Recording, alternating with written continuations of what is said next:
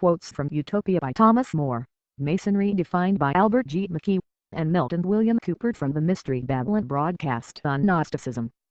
Now, it is plain that, in either of the first three senses in which we may take the word religion, and they do not very materially differ from each other, Masonry may rightfully claim to be called a religious institution. Closely and accurately examined, it will be found to answer to any one of the requirements of either of these three definitions. So much does it include a belief in the being and perfections of God, that the public profession of such a faith is essentially necessary to gain admission into the order. No disbeliever in the existence of a God can be made a Mason.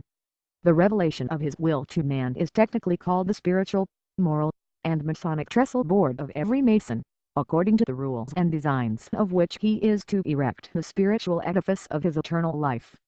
A state of reward and punishment is necessarily included in the very idea of an obligation, which, without the belief in such a state, could be of no binding force or efficacy. And true godliness or piety of life is inculcated as the invariable duty of every Mason, from the inception of the first to the end of the very last degree that he takes.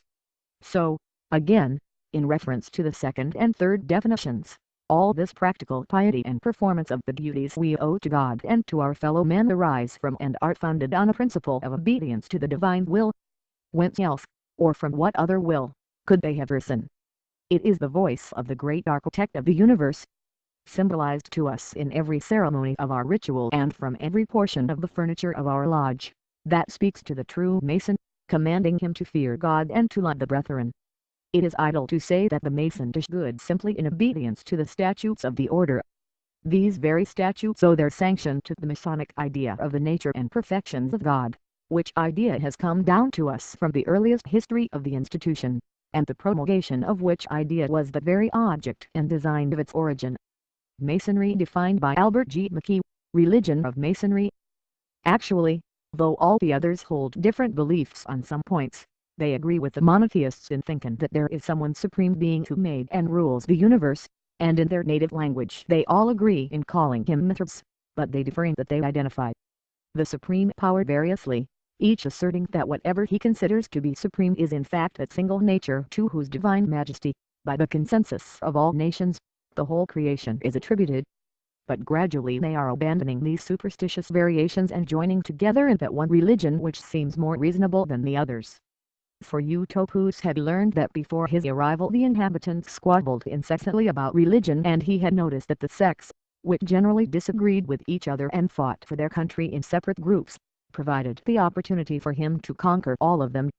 Hence, from the very beginning, after he had obtained the victory, he decreed first of all that everyone could practice the religion of his choice, and could also strive to convert others to it, but only so long as he advocated it calmly and moderately with rational arguments.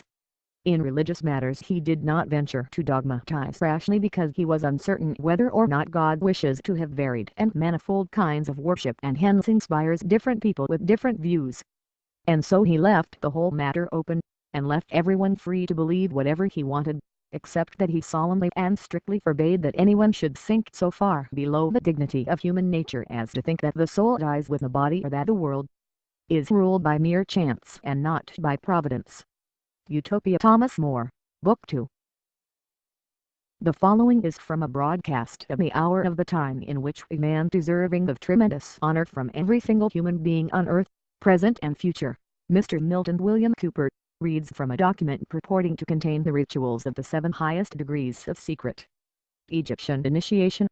The broadcast is part of the Mystery Babylon series, specifically, as mentioned in the title of this video, the one devoted to the Gnostics. The bandages were removed, and he was told never to desire blood, never to leave a corpse unburied, and to believe in the resurrection of the dead and the judgment to come. Now remember, this is long centuries before Christianity.